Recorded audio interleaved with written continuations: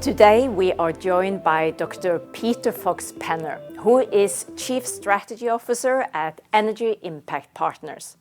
He also works as a professor at the University of Boston and will talk to us about how renewable power impacts the grid.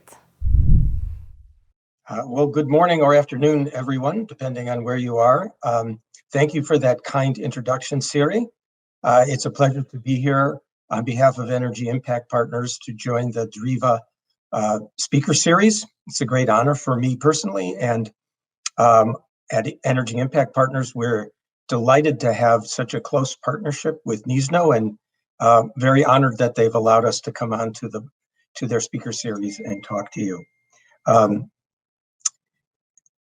going to talk today about some of the findings from my book, Power After Carbon, right here, this book, and look forward to having a really good conversation after a short discussion through Facebook. We all know that the climate crisis is with us. It is one of the great imperatives of our era. We've already warmed our planet 1.1 degrees centigrade. At the current rate of warming, we're going to hit 1.5 degrees centigrade as early as 2030. Here in the US, fossil fuel emissions continue to increase, although at a slower pace. In the power sector here, though, we have managed to get on a declining trend. And of course, Norway has been a leader in climate change policy and in electrification and reducing CO2 in many ways for a long time. We all also understand, I think there is quite a strong consensus, that in the developed world, the main pillars of climate strategy on the energy side consist of four main elements. First of all, you have to accelerate energy efficiency. The cleanest fuel anyone ever burns is the fuel that they never burn. And so energy efficiency is always what we like to call the first fuel. And there's tremendous energy efficiency potential. We have flattened energy use in the United States for a whole decade. That's something that never, ever before occurred. I think it's on a downward trend in Europe, and that's all attributable to energy efficiency since GDP in both Europe and the US is going up. So energy efficiency is the first tool in our toolbox. But beyond that, there's three more strategies. We need to electrify most transportation. And there, of course, Norway leads the world, but the rest of the world is coming along, and we'll talk some about that. We need to electrify as much building heat as we can. Much building heat is still supplied by liquid and fuels and sometimes natural gas. And that, to the extent we can shift that to clean electricity, that will lower emissions, of course. And then finally, many industrial processes, certainly not all, but many of them can be electrified. If this is all our climate strategy, then obviously the foundation to all of this is a large enough power system that can supply not only the traditional uses of energy and electricity, but also the new uses in transportation, building heat, and industrial. So one dimension of climate policy or climate strategy is to figure out how we can accelerate energy efficiency, do electrification of transportation and these other end uses. And that is the most essential work, I believe, in climate policy today, and something we're working on at Energy Impact Partners, and many, many others are working on it. The subject of power after carbon is really on the last of these points. That is, how large a power system will we need to provide all this clean electricity, and how can we do it quickly with zero carbon in an affordable manner with high resilience, and do that all with financial security for the industry and beat the 2050 deadline. So the book, Power After Carbon, tries to answer this in 3 stages. First, how much power in total are we going to need by 2050? Second of all, how much are we going to be able to get from distributed sources, as opposed to a larger, what I like to call the big grid? And finally, what are the challenges in establishing this big grid and for the distribution utilities that are going to do the actual delivery to customers? So let's take a look at these very briefly. Distributed sources are very, very important. And we have more than 2 million distributed systems now here in the United States. But in most dense urban cities, distributed sources, that is primarily rooftop solar, won't be able to supply anywhere near the electricity that we're using currently, and certainly not the additional amount that we're going to need from the electrification of the other sources. As you can see from the slide, in Boston, where I have my office, we can get about 16% of the electricity we're currently using off our rooftops. Boston is a city a bit like Oslo, many older buildings, low-rise buildings, but 3 to 5 stories, lots of residential buildings, and that's one of the lower proportions. But obviously, we would need a lot of big grid there. You can see also on the slide, Miami can get as much as 46%. It has quite a lot of sun and lots of sprawling roof spaces. Germany, 35%. But there are some cities, and Phoenix, Arizona here in the US is one of them, where you can get almost all the solar you need from the rooftops. You'd need to also cover some parking spaces, but Phoenix has a lot of parking. And you could get all the energy you need. But of course, you can't just live on electricity generated during the day. You'd need a lot of storage. And just as a hypothetical example, the book goes through the calculation and finds that you'd need to cover almost a quarter of Phoenix's land with storage facilities in order to go completely, quote unquote, off the grid. So what we see here is that while distributed energy sources are going to contribute quite a lot to the electricity grid of the future, and distribution utilities are going to have to accommodate that, all of the industry will have to accommodate that and integrate that. We're still going to need a very, very robust big grid. So let's take a look at some of the issues on creating this big grid. And these issues are fairly common in all of the larger grids in the developed world. That is, in the European Union and in the United States and Australia and other large grids. First of all, we need more storage, large-scale storage, to integrate huge amounts of wind and solar. And also, we'll be integrating some nuclear and other forms, but primarily wind and solar. And to do that, we need terawatt scale and electricity storage. The only terawatt scale electricity storage working today, as we all know, is hydroelectric storage, both natural dam storage and pump storage. This is the backbone of Norway's system, of course. But in much of the world, most of the developed world, it's difficult, if not impossible, to build new hydroelectricity. Meanwhile, other forms of large-scale storage aren't really at terawatt scale yet. As you saw from the Phoenix example, they need huge amounts of space at this point. And hydrogen, which has the potential for very large storage, is still too expensive. So this challenge really calls for stepped up R&D, which is occurring now all over the world. It does, I think, call for the construction of some pump storage plants, and there is a resurgence of construction and pump storage after decades of proposing building no new pump storage here in the United States.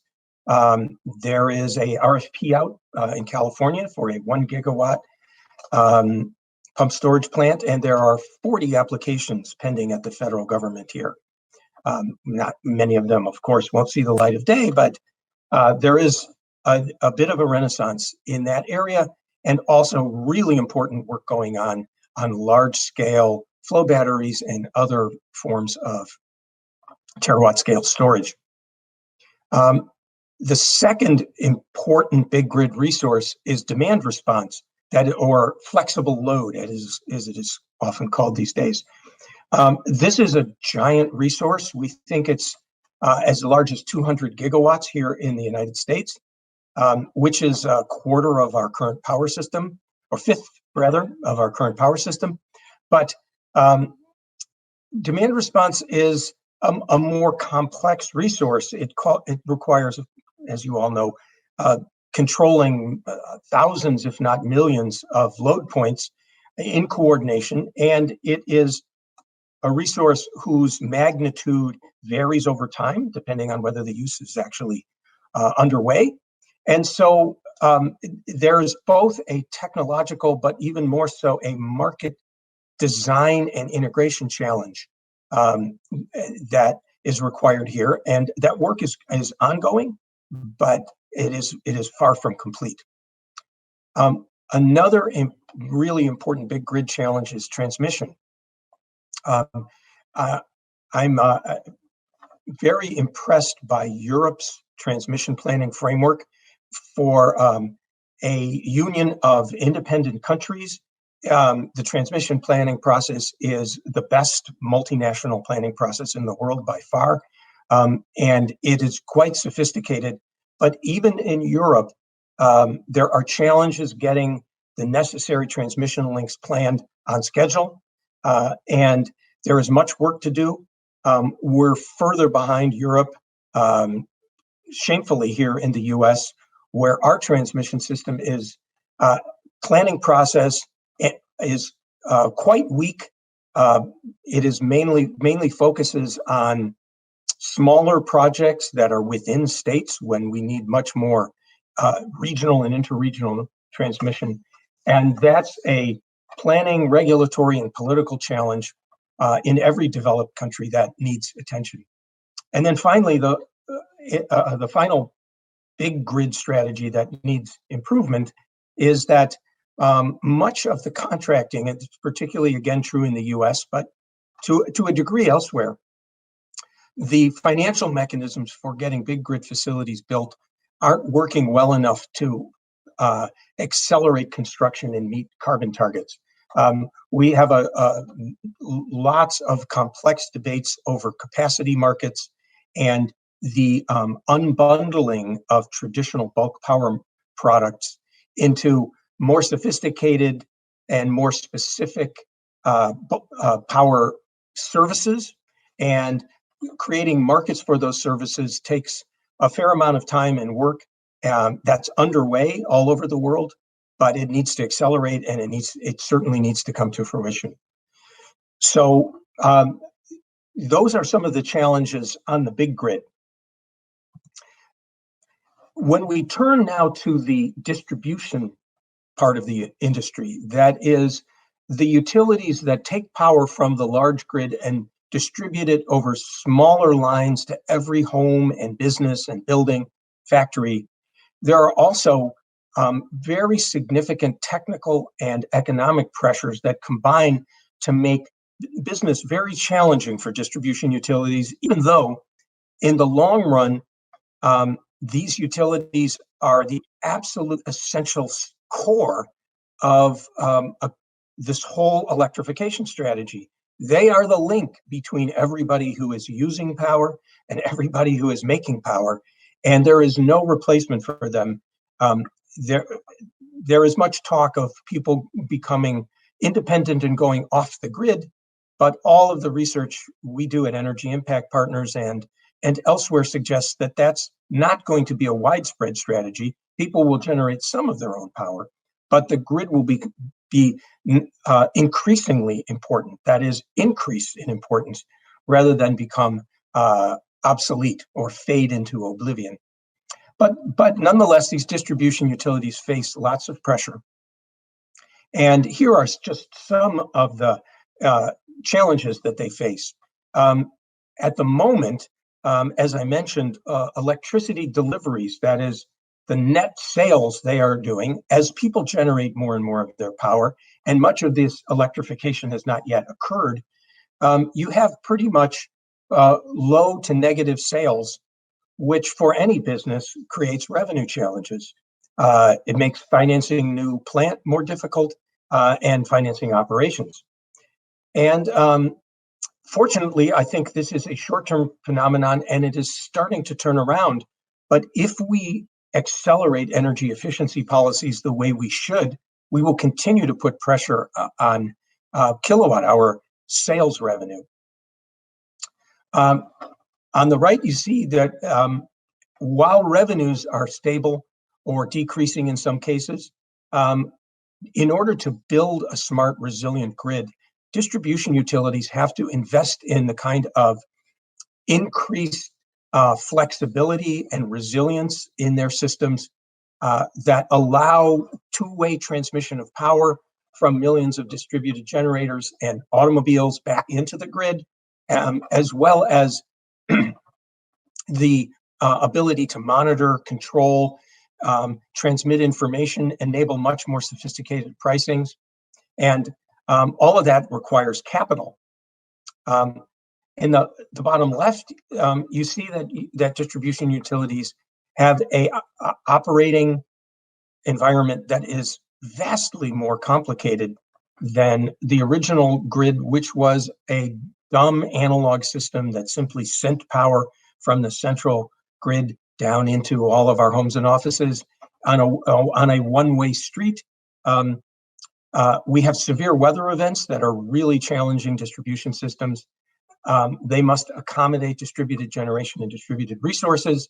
And customer service expectations have really grown in this age of Amazon and Uber and on-demand services.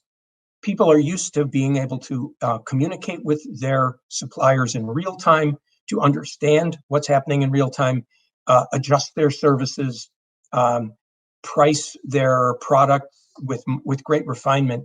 And electricity service has been a very simple, plain vanilla customer experience for a long time. And it is now in the process of a dramatic transformation. And with NISNO at Energy Impact Partners, we have many, many companies that are really redefining the customer experience and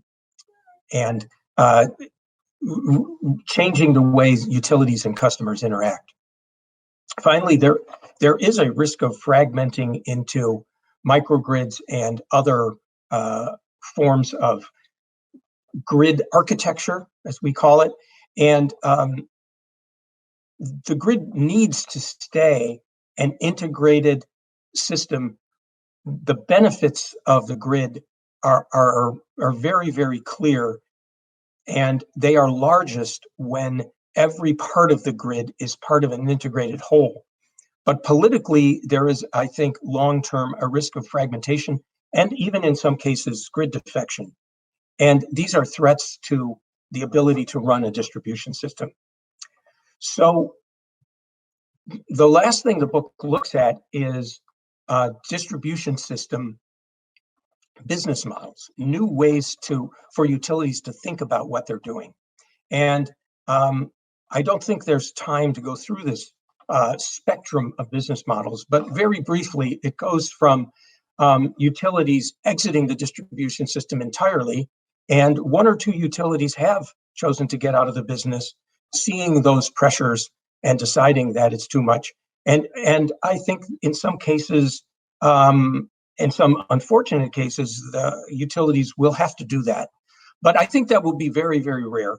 The more likely outcomes are over on the right-hand side of the spectrum, where utilities will either turn into hybrid sort of platforms where they run the grid, they operate the grid, as a open access service available to many, many market participants, some who aggregate loads, provide demand response services, and dozens of other distributed services, and customers. And the two communicate through markets and complicated price signals, and individual customers, as is true now in Europe to a degree, and in the US in part of the country. You choose your supplier and you choose your demand response provider, and you can choose an energy efficiency provider, and you still get all of your power and some other services through the grid, and the utility is an intermediary or platform. But there is another business model on the right-hand side called the energy service utility. And there the utility really does more than just stand back and try to be a neutral provider. It really becomes a trusted partner to the customer and really helps provide those services, and sometimes from its own self-owned subsidiaries or business units, sometimes through partnerships with third-party enterprises. But that's a much stronger and more integrated customer relationship. And I think we will see both of those business models as the primary future business model for utilities. And as you can imagine, there's much work underway with regulators and distribution utilities and other government policymakers to make that happen. So that's a very, very brief overview of the book. I'm sorry to have had to go so quickly over so many topics and treat them at a very high level. But I hope that you will continue to be in touch with NISNO and Energy Impact Partners on questions about this. I look forward to your questions on the Facebook session. Of course, if you want to buy the book, it's called Power After Carbon, and it's on bookshop.org in the US. And I really appreciate this chance to talk to you and look forward to the really important, essential work all of us must do to decarbonize the energy systems of the world. Thank you very much. Thank you, Peter. Peter is now available in the comment section to answer your questions. Join us again next week as Canadian clean tech investor Tom Rand tells us why it is difficult to act on climate change even if we know the risks. Thank you for tuning in, and see you next week.